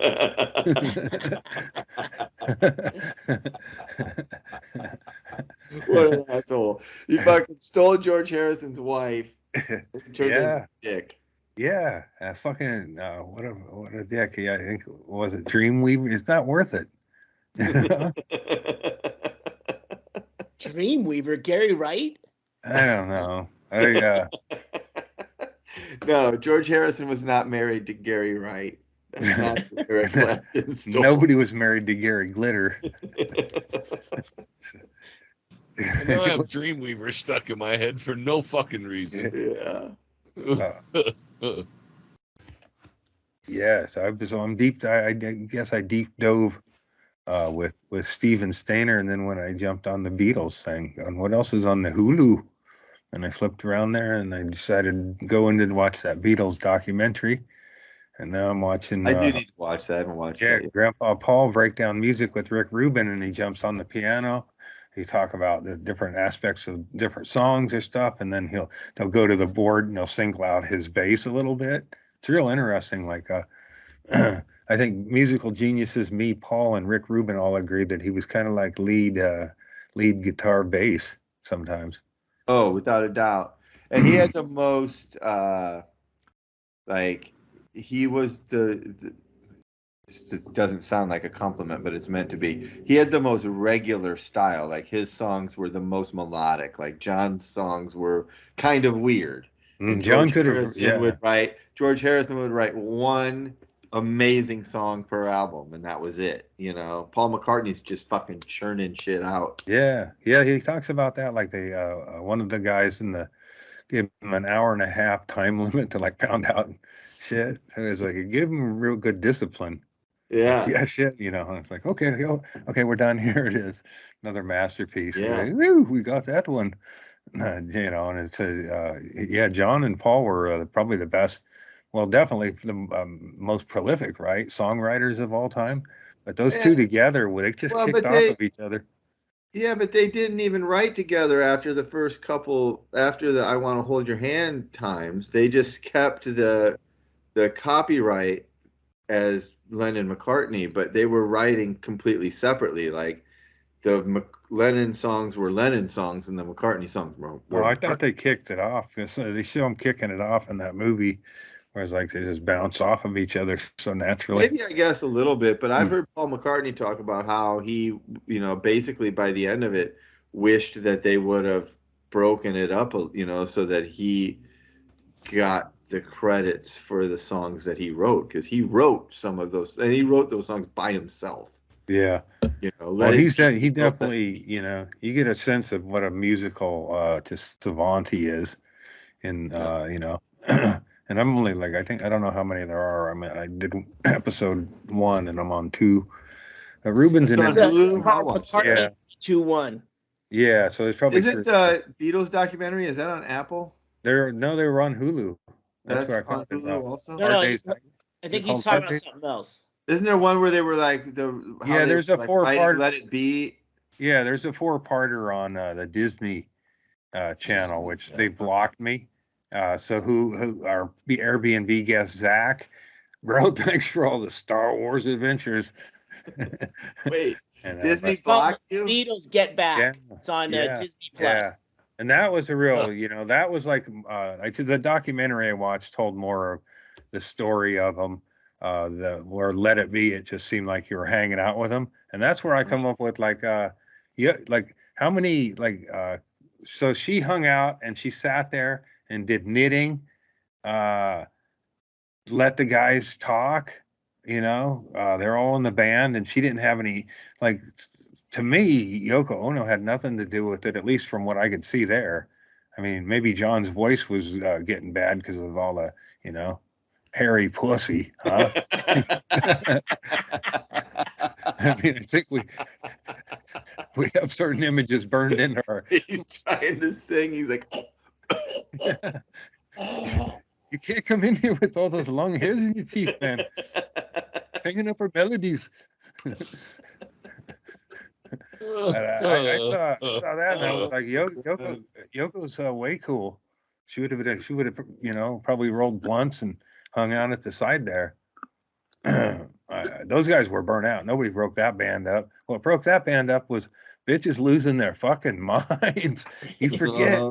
So in this documentary, Sigourney Weaver looking hot, I don't want to sound like no, that sounds creepy, because she's probably about 14 or 15. And it's like young Sigourney, and they really? Sigourney's like, oh yeah, and then they show actually Sigourney at the concert. Like, and she talked about how she got all dolled up or whatever for it, but it's like, she had her sweet. I'm sure, 20-something-year-old Sigourney was pretty fucking fetching. Oh hell yeah! She made it a nice older gal. I liked her and now she's probably what? Shit, man. I'm thinking of her in a movie that's a way old movie. Like, she was just in the end of the new Ghostbusters. Yeah, she was in Ghostbusters. So she looks relatively. She looks. I mean, she's fit and all. Yeah. Here's Sigourney Weaver at the Beatles show. Yeah. So see, I'm sounding creepy like there. McCartney. Yeah, it does. Yeah. Wait. It's like the maybe fucking Sigourney Weaver replaced Paul McCartney in the Beatles when Paul McCartney died. Yeah. Has there been anything quite like that where it's like, I mean, they had 100 women go into the tent all just fucking out of there. They would just fucking get overloaded seeing the Beatles and screaming and crying, and then they would just fucking wake up in the tent. Probably getting molested by a fucking creepy nurse. But I've never seen anything like that. Have you? I mean, to that level? Seems like fame's different now. Like, worldwide fame was different. People don't freak out like that now, right? Mm-hmm. I mean, they fucking had someone took a comfort alpaca to the courthouse in Virginia for the Johnny Depp Amber Heard fucking trial, because they thought it would comfort Johnny Depp. So they brought a fucking alpaca, 2 of them. They weren't allowed in the courtroom. Yeah, man. The alpaca shit on Johnny's bed. Yeah. I like when people are crazy like that and on their own. But if 100 people showed up with fucking llamas, it's like, what is this thing, man? Johnny never even said he liked llamas, did he? Maybe David Spade. I think David Spade was he the llama? I think there was a llama. He was in it. What? I know my Disney grooming movies. He was a llama in a Disney movie. Talking llama. I think David Spade was in it, but I think David Spade was. David Spade and John Goodman. Oh yeah, John Goodman. John Goodman's a great voice. I realized too. You know whose voice, and I realized, man, I recognize that guy's voice. I fell asleep, and then a Gacy thing was on. and I recognize that voice. I was like, fucking that. And it's like he did so much yapping, that guy. And I watched his new Netflix. It's like, it's like, I think he got it. Gacy's got enough fucking, like, if Gacy were alive today, he would just be he would be so fucking bloated over how many fucking specials he's had. You're like, he'd have a podcast, and he'd have he'd be like Steve Bannon. Yeah, John Gacy's podcast where he does a take on modern murders. Jesus Christ, what a fucking media whore. But I watched that, and then I was like, and then I saw that on Netflix. They got a new Gacy, so I watched that 3-parter. Nothing new, but I'll tell you this is a life lesson, and it doesn't matter to me, because now I'm at a point in my life where I'd say, sure, show it to me. But the right answer throughout life, when you want to cling to it, is if somebody says, "Hey, man, you want to see a magic trick?" is to say, "No, I only see magic in professional approved settings. This is highly unusual for a job interview, sir.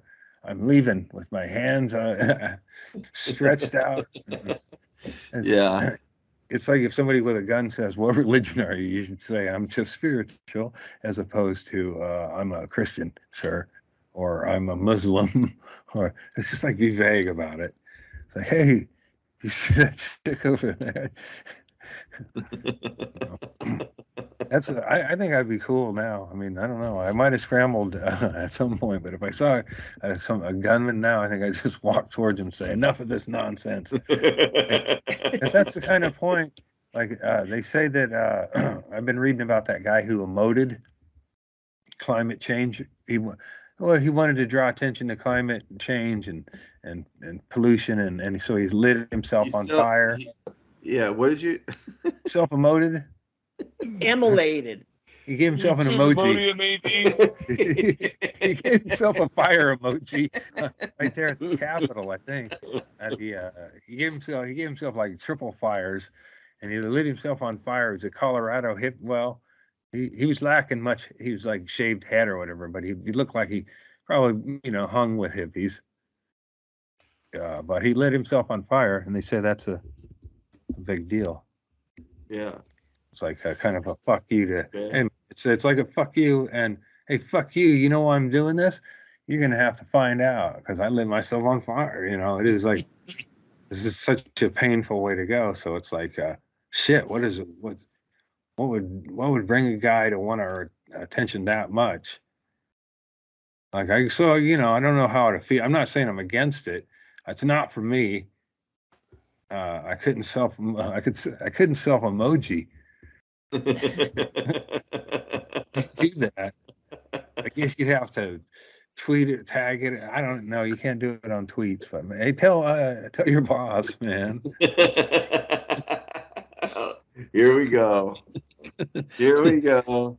World takeover is beginning, and is anyone gonna turn attention to one of the stormtroopers as one of our podcasters? I got us an in, guys. No, I'm glad. Don't worry. When the shit goes down, just come to my place. I'll fucking take you in. Mm-hmm. Yeah, barbecue. Shit. Is that guy's singing? Like monks would do that. Well, I used to use that. I used to use as my picture on here that fucking guy who did it at the Capitol like 5 years ago. He was like set himself on fire and walked down the fucking street. So did anybody go after? And it like barely made a fucking blip in the news too. That's what's fucked up. Like that's got to be the most fucked up part of it.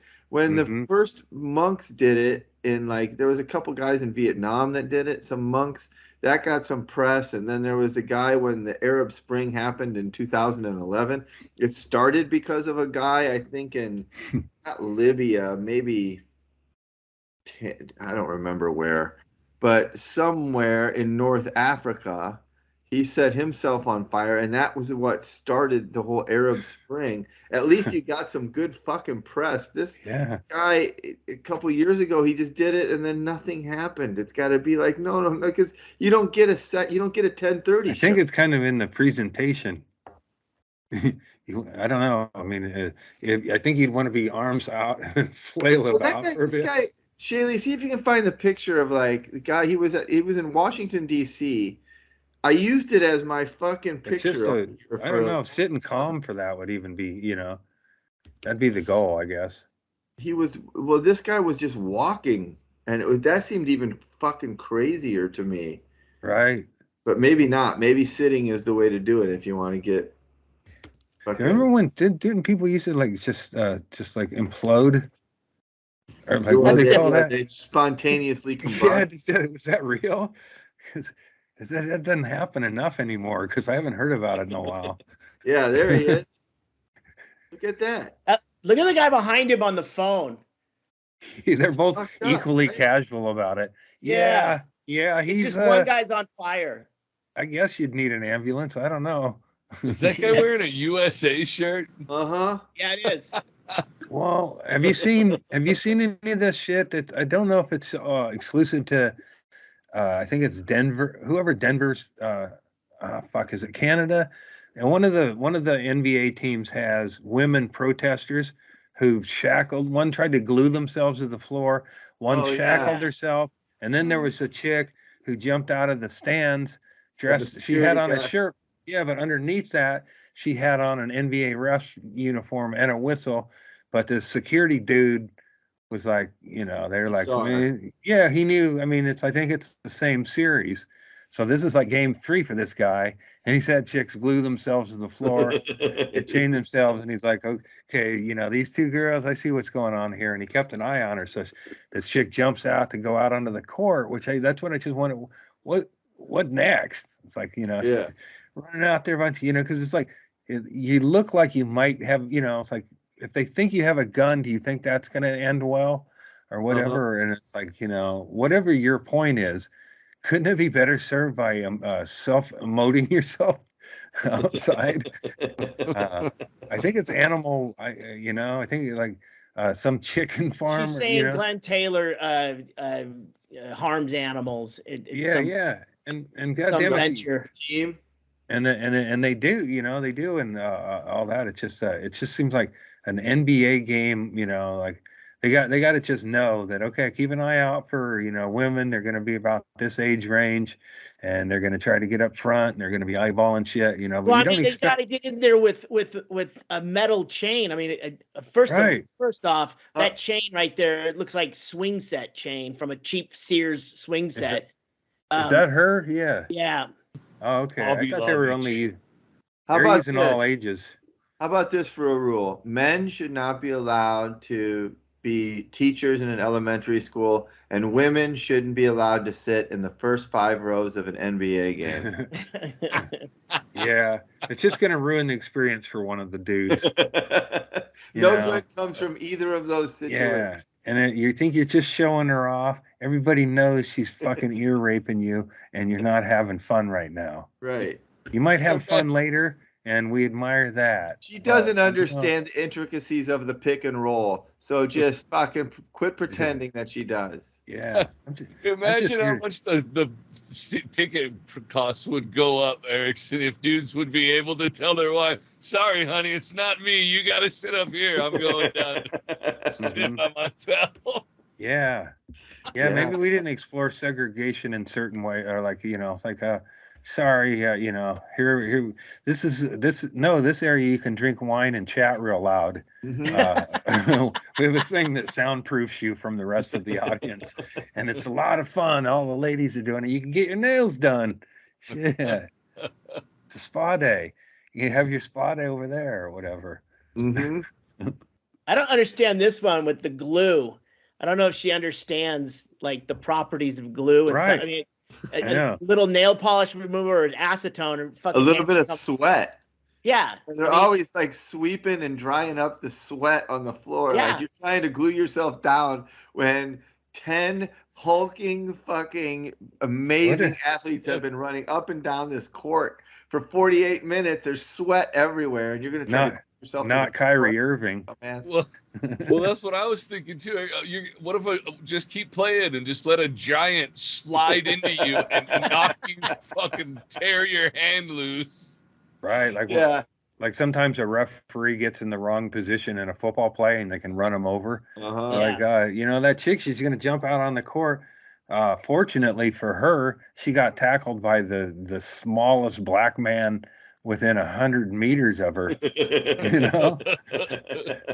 Everybody around there, every body around her could have smashed her to the ground.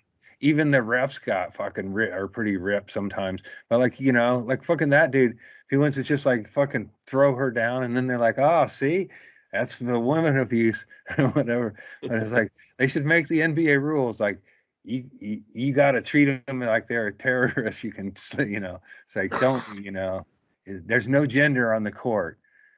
So if you got to elbow her in the face or whatever, because it's like like that one tennis player got stabbed because somebody run.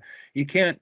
It made me think of Naked Gun, where Drummond infiltrated the game. Like she's got a referee uniform. It'd be funny if she'd have got out there. And it's like like she just started calling traveling and shit. Yeah.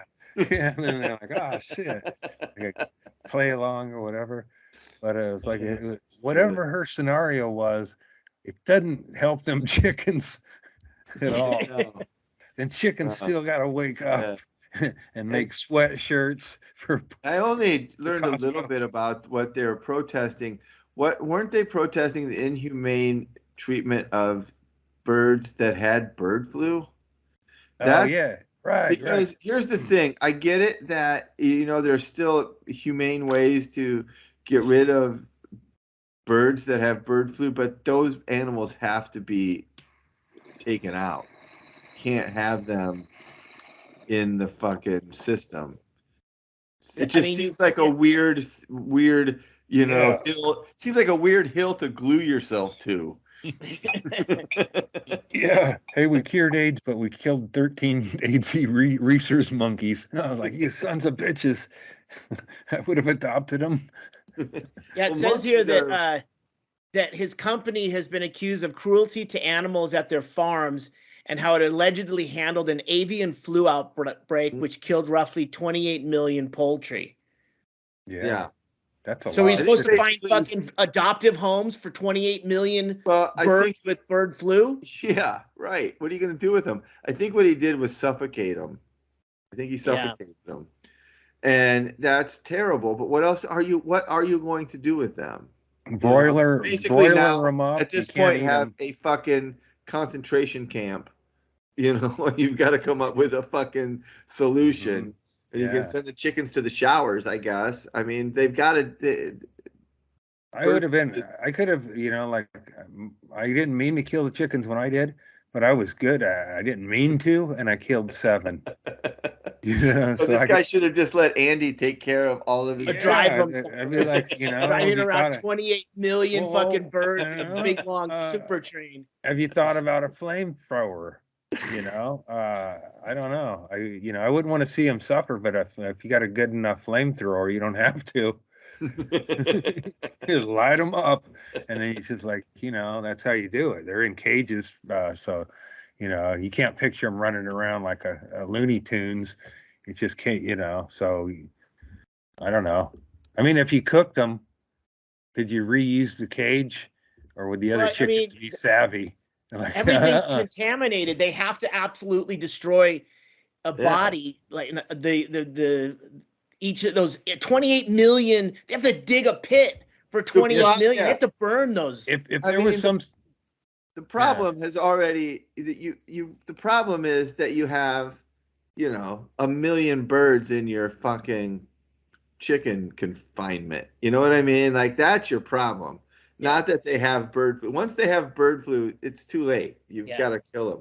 But the fact that they're living in a terribly abused life, in these pens where they can't turn around and shit like that. Like, if you're already doing that, then protest that. That's already enough. It's not that you fucking shut the fans and suffocated them when they were all dying anyway. And needed glue yourself to the floor for a missing kid. Them chickens are gone, man, and it's a bummer of gluing yourself to the floor, and then you have a picture of a missing kid. They're like, fuck, you see what's going on TV? Hey, it looks like that kid that came in and with that dude or whatever. It's like, you should glue yourself to the floor for the mistreatment of horses. At a horsing event, or show up in one of them horse outfits and jump out into a horse race. The 2-man team. Hey, how did this extra horse spotted the horse costume? Yeah, like, just fucking run out there. That'd be fun, and people would go, "Wow, what's that about?" It's about some dead chickens. We got to put a stop to this, man. God damn it! There's a guy who at it was the last track meet at Hayward Field before they leveled it and made it into an Olympic stadium. And he jumped out and ran out on the track after a race. He was too respectful to do it during a race.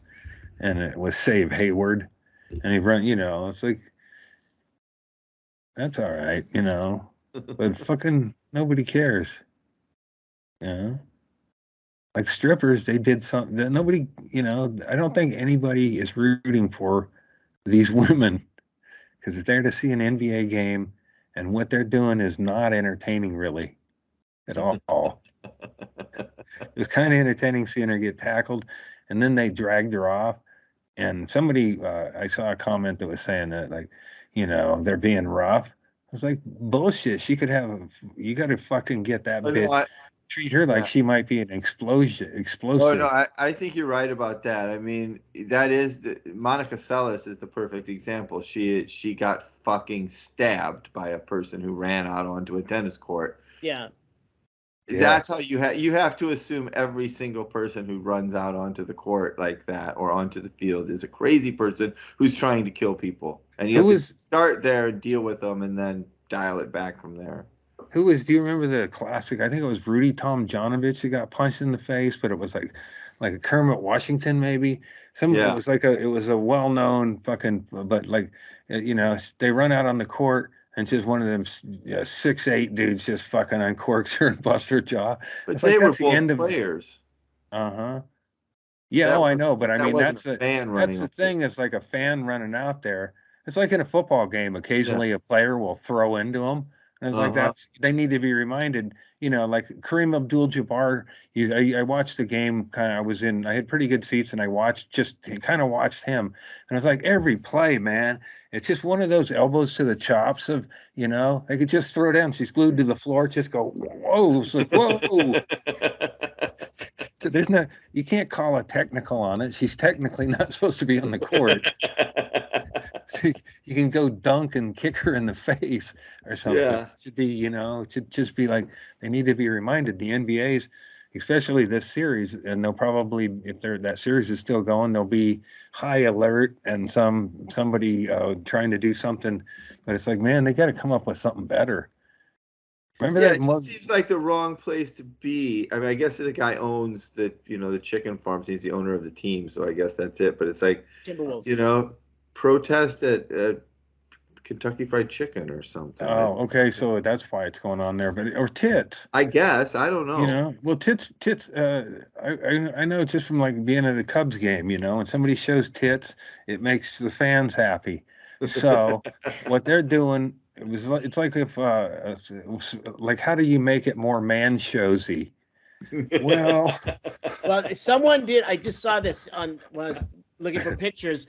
One gal out in front of Goldman Sachs glued her breasts to the road, so she's face down. Glued her breasts to the road. Yeah, as a protest. But that's the wrong direction. Right, I know. You write messages on your tits and like you hit you're all in the women's bathroom, 4 or 5 different women's bathrooms around there, coordinated, and you got messages, and then you do something that's rehearsed, like, oh, here comes the dance team. Wait, none of them have tops on, and it's spelling chickens, murder,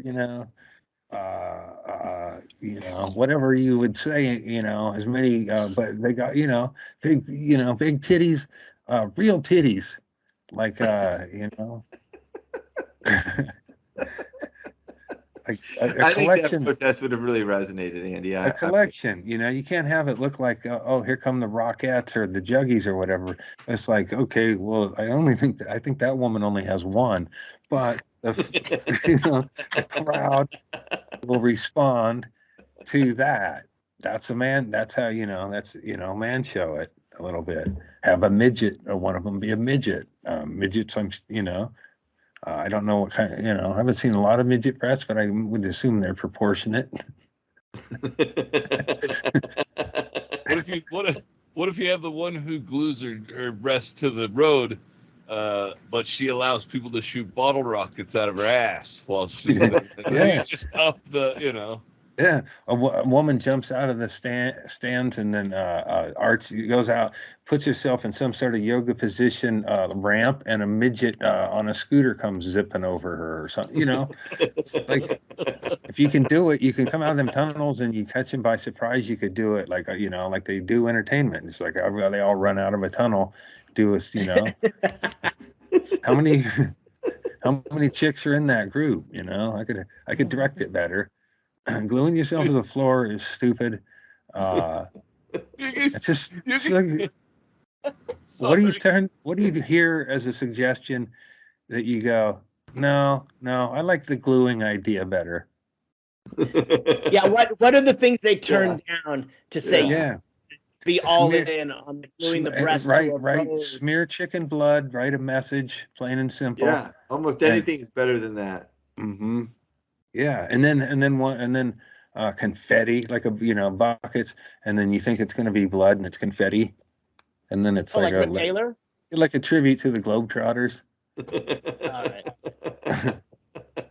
And then the owner's sitting there going, then he thinks it's confetti, and that one's chicken blood. You're right, Andy. You do have better ideas than they do. And it seems like, if you're going to do terrorism in a live action event, you want to use white women. You don't want them shot. Yeah, it can end pretty poorly for that black teenager that volunteered to be a member of your group. Jesus, man. They fucking tasered him and shot him in the head. No, it would be the black teenager that was actually supposed to go out onto the court during the timeout to perform some sort of cool thing coordinated with the team that then the police thought that person was with the terrorists and took them out. It does make you want to have his hands. They were glued to the floor. You asshole. And the other, I think maybe she must have worked in a team. I don't know. I had to see footage of the glue one. I just heard about that one, and then there was a bunch of them. Yeah. Well, I mean, R.I.P. chickens.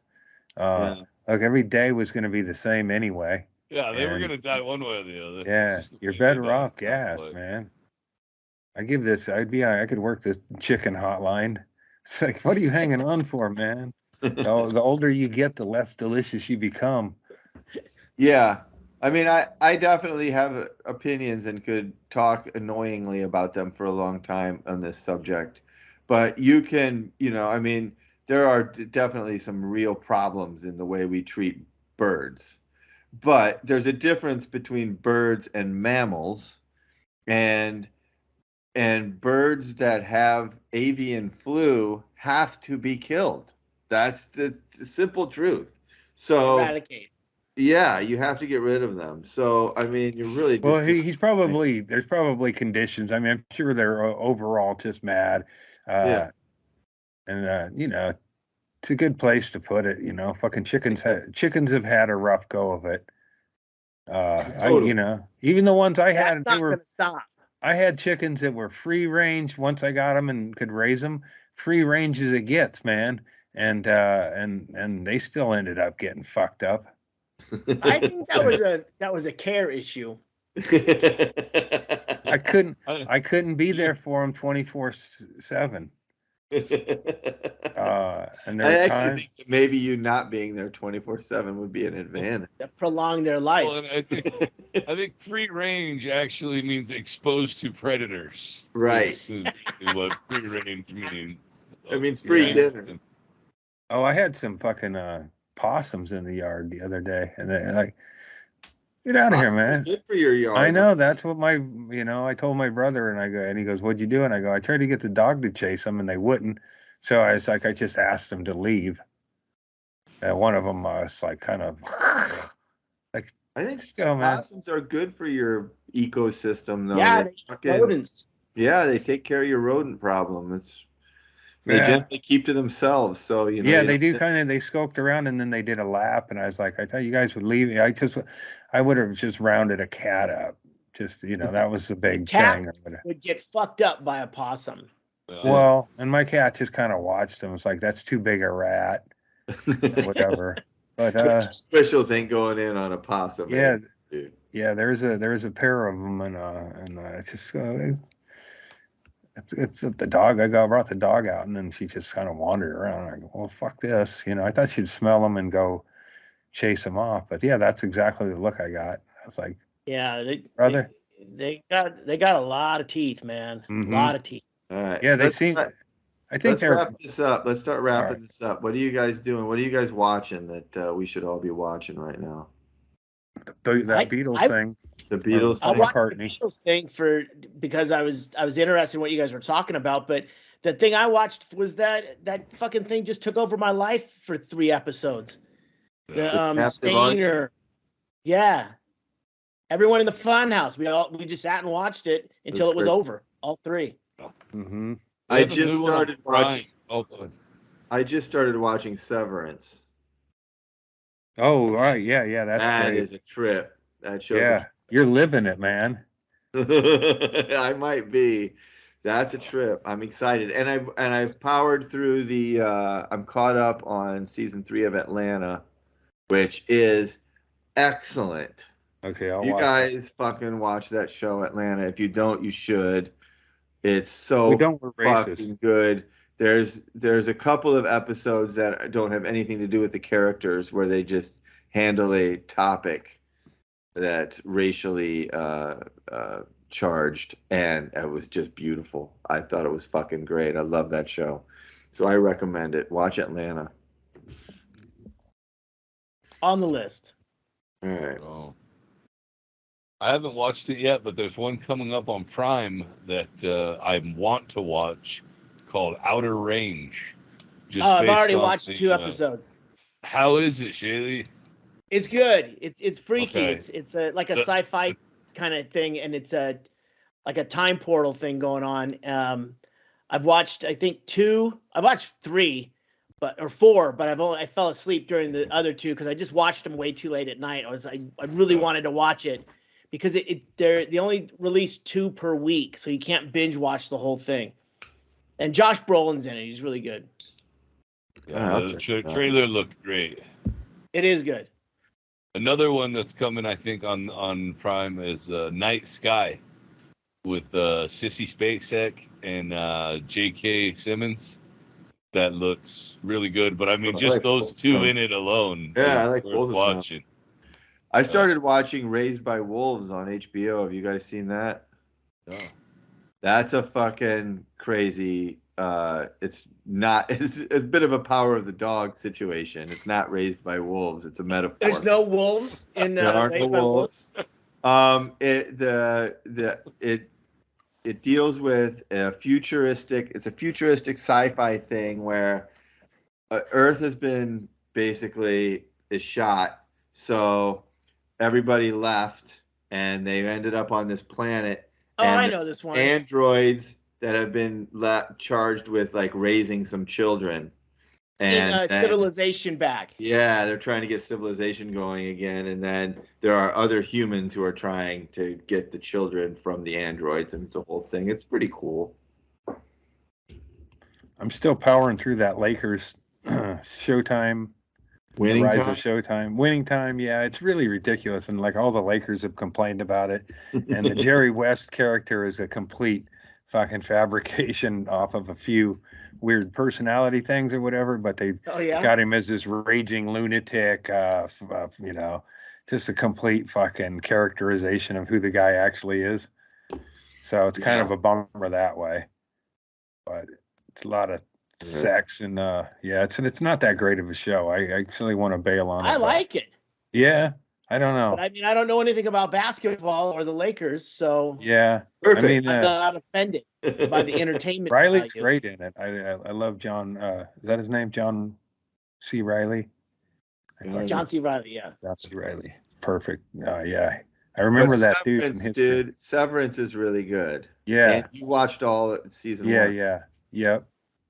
I watched the first episode last night, and I was like, "Holy fuck, this is crazy." I said you're living it, and I got through the whole. Yeah, First season. It makes me a little nervous.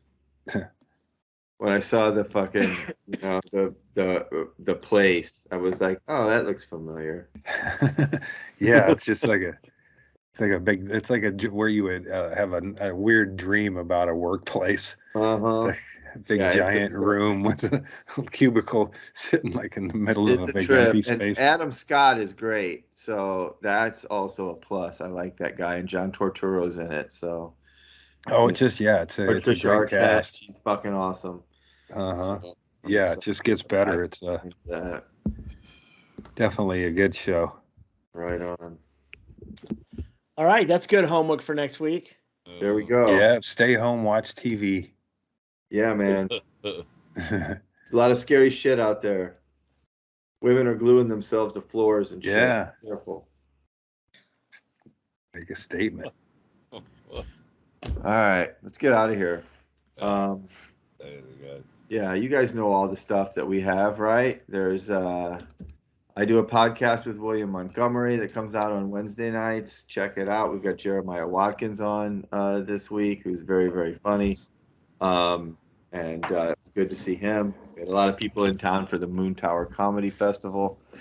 But it was also funny because it was like, this is where I'm at. I'm like, everyone's like, oh, you want to go watch all this stand-up comedy? And I'm like, yeah, but isn't there a really good band playing like right at this bar right here?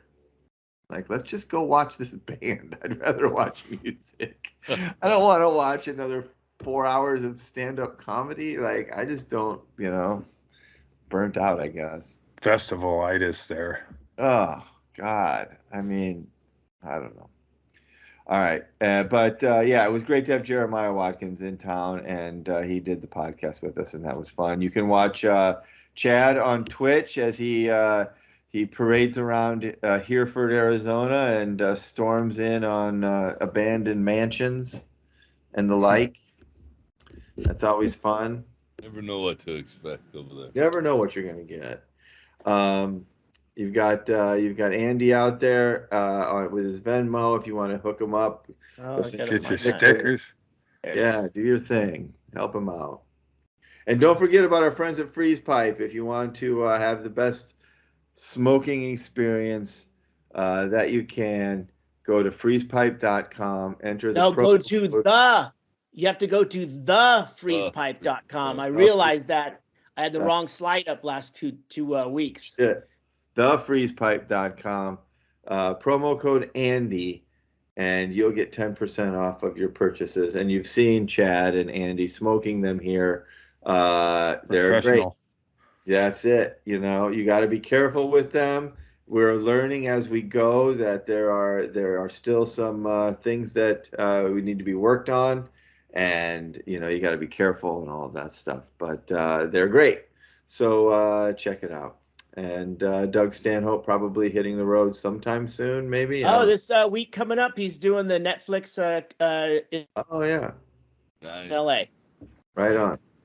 All right, very good. So thank you guys for being out there. Like and subscribe to the YouTube channel. Tell a friend. Spread the word. Join our Patreon if you haven't. We'll do some more fun Patreon stuff. We'll maybe set up another one with a guest here, and we'll do a special Patreon episode with somebody joining us. We had fun with Junior Stopka last time we did that. So we'll do that again. So join our Patreon, patreon.com/issueswithandy, just $5 a month, and you'll get all kinds of fun stuff, all of this and more. We love you. Thank you guys for being out there and letting us idiots do this same stupid shit every week. We'll see you next time. Peace.